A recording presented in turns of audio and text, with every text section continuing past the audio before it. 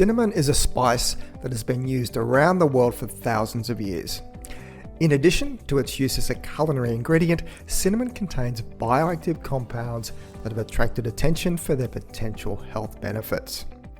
One of these benefits is how it can influence blood sugar levels, which could have relevance for people with diabetes. In this podcast episode, I'll look at what the clinical trials have to say on how cinnamon may help people with diabetes to keep their blood sugar levels under better control. Cinnamon is a spice derived from the bark of several tree species with the genus Cinnamomum. Its historical use as an ingredient can be traced back all the way to ancient Egypt. Previously, cinnamon was considered rare and valuable, but it is now widely available and commonly used in a variety of foods and recipes. The characteristic aroma and flavour of cinnamon are attributed to its essential oil content, notably the compound cinnamonaldehyde. Cinnamonaldehyde has shown anti-inflammatory, antibacterial, antioxidant and anti-cancer activity, at least in laboratory experimental settings. In terms of blood glucose regulation, cinnamonaldehyde has demonstrated anti-hyperglycemic effects, and it appears to do this by suppressing insulin resistance and increasing glucose uptake in muscle and fat cells, producing effects similar to insulin, at least in preclinical studies. Another fun fact about cinnamon is it has shown prebiotic effects, potentially supporting the growth of beneficial gut bacteria and limiting the proliferation of more harmful bacteria. There are lots of health claims made about humble cinnamon, but most of them, such as antifungal, anti-HIV, anti-cancer, lowering blood pressure, and reducing the risk of Alzheimer's disease, come mostly from studies out of a lab in cells or animals, so I won't give them much attention today. When it comes to a decent volume of human clinical research, it is cinnamon's potential role in regulating blood glucose that attracts the most attention. Due to a growing worldwide prevalence of diabetes, researchers are interested in applications of natural foods like cinnamon to control blood sugar and curb inflammation. At least in animal and in vitro studies, polyphenols found in cinnamon have shown insulin-like effects with their ability to increase glucose uptake by muscle and fat cells. And in human clinical trials, cinnamon supplementation has sometimes been associated with reductions in glucose, triglycerides, and cholesterol in people with type 2 diabetes. However, not all studies have reported positive findings, and many have involved very small sample sizes. Now, this topic of the effect of cinnamon on blood sugar control was one I first covered in this podcast 5 years ago. Yes, I've been doing this podcast for quite some time now, it seems. And back then, based on the research to date, the field included 18 human clinical trials involving 1,100 participants. Taken together, the results were supportive of cinnamon reducing fasting blood glucose in people with type 2 diabetes.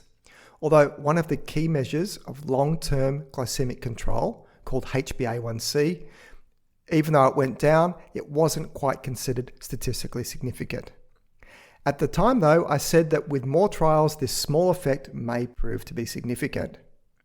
Well, it seems that comment has aged very well, because in only of June this year, an updated systematic review has been published, again looking at the effects of cinnamon on metabolic biomarkers in people with type 2 diabetes. This time, a total of 28 randomized controlled trials that ran for between 1 and 4 months involving over 3,000 participants could be analysed, which is 10 more trials than when the last major review was done 6 years ago that I covered in this podcast. And I'll link to this review in the show notes. So, what did they find? People taking cinnamon showed significantly lower fasting glucose, lower postprandial glucose, which is glucose levels after a meal, and lower HbA1c and less insulin resistance compared to the placebo group. And there was also evidence that cinnamon could reduce total cholesterol and triglycerides. And interestingly, while doses of cinnamon below 2 grams per day and also above 2 grams per day showed benefits on blood glucose, It was only cinnamon taken at doses below 2 grams per day that could improve HbA1c and insulin resistance. This somewhat paradoxical finding has been seen in other reviews, which endorses the less is more approach for using cinnamon, which is relevant if you take into account potential safety issues. So, on that point, is cinnamon safe to consume as a higher dose supplement? Before I answer that, realize that there are 2 different types of cinnamon. The first is cassia cinnamon, also called regular cinnamon, and this is the most common type you'll find in supermarkets. Then there is Ceylon cinnamon, also known as true cinnamon. Ceylon cinnamon has a lighter and less bitter taste. There are some concerns regarding the safety of cinnamon in higher doses, and side effects such as headaches and diarrhea have been reported. But human studies on the adverse problems of cinnamon supplementation are fairly limited.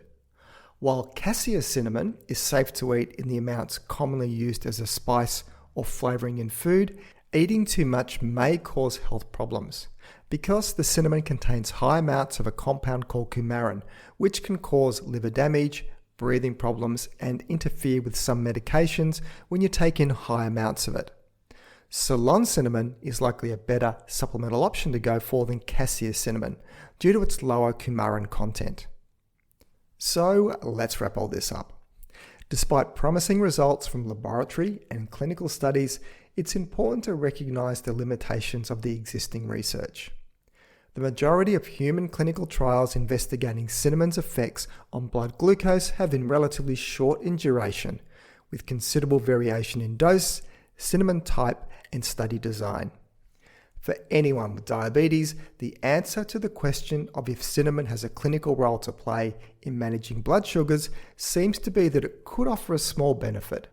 But the magnitude of benefit should not mean that anyone taking medications will be switching to cinnamon anytime soon.